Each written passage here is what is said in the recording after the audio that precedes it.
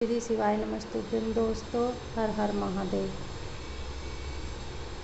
हे भोलेनाथ, अगर हमसे सीमा पुराण पढ़ते हुए कोई गलती पुष्टि हो जाए मुझे क्षमा करना। श्री शिवाय नमस्तुभ्यं दोस्तों, हर हर महादेव। आज हम द्वितीय खंड के 12वें अध्याय का आनंद लेंगे दोस्तों। श्री शिवाय नमस्तुभ्यं, हर हर महादेव। ब्रह्मा जी बोले, हे नारद, मैंने स्वयं में विष्णु जी ने, देवता मुनि नाग सिद्ध सबने शिव जी के निकट जाकर देखा कि शिव जी शक्ति सहित विराजमान है।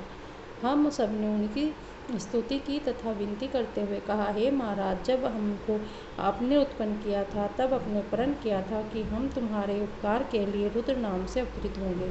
सो ऐसा ही हुआ। आपने अपनी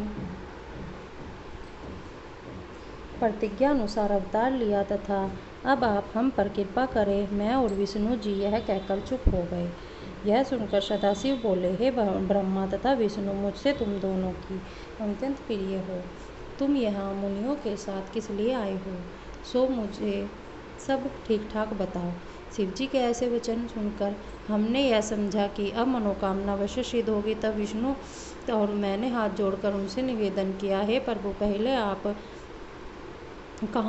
आपने कहा था कि हम विवाह करके लोक कार्य सिद्ध करेंगे, सो अब वह समय आ गया है। आप अपने वचन का पालन कीजिए। शिव जी यह सुनकर हंसकर बोले, हम तो योगी, हमारा विवाह भोग से क्या संबंध।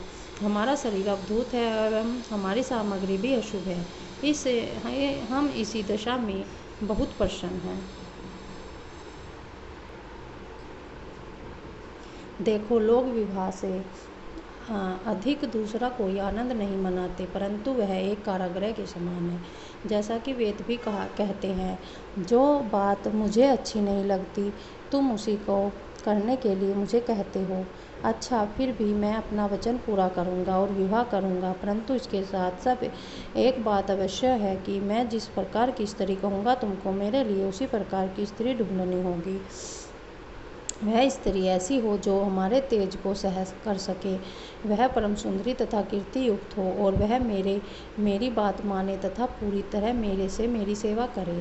शिव जी के ऐसे वचन सुनकर मैंने तथा विष्णु ने हाथ जोड़कर उनसे निवेदन किया, हे प्रभु, आपके योग्य सर्वगुण संपन्न दक्ष प्रजापति की पुत्री है, जो आपके लिए ही महाकठिन तप कर रही है। आप वहां चलकर उनको वरदान दीजिए तथा उनसे विवाह कीजिए। इतना कहकर हम लोग शांत हो गए। तब शिव जी ने हंसकर कहा, तथास्तु। शिव जी के मुख से यह वचन सुनकर देवता तथा मुनि आदि जय जयकार करने लगे। इसके पश्चात सब विदा हो गए।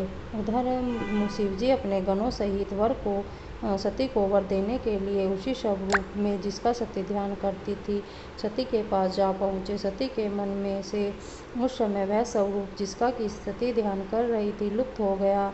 तब चिंतित होकर सती ने अपने नेत्र खोले और अपने सम्मुख उसी स्वरूप को देखा। सती ने उन्हें पहले प्रणाम किया, फिर अपने हाथ में उस स्वरूप का ध्यान धर लज्जा से मस्तक नत कर लिया तथा आनंद में मगन हो वे शांत बैठी रही। उन्होंने कुछ न कहा। उस समय सती को जो आनंद हुआ उसका वर्णन करना ठीक है। शिव जी सती को शांत देखकर बोले, हे दक्ष प्रजापति की पुत्री, हम तुम्हारे तप से प्रसन्न हुए हैं। तुम्हारी जो इच्छा हो वह मांगो। यद्यपि शिव जी सती की मनोकांक्षा जानते थे, परंतु सती का वचन सुनने को यह आज्ञा दी। फिर भी सती कुछ न कहकर शांत हो रही। सती का यह भाव शिव जी को बहुत भला लगा। वे फिर बोले, मांगो मांगो, विलंब न करो, तुम्हारी प्रत्येक मनोकांक्षा पूर्ण होगी।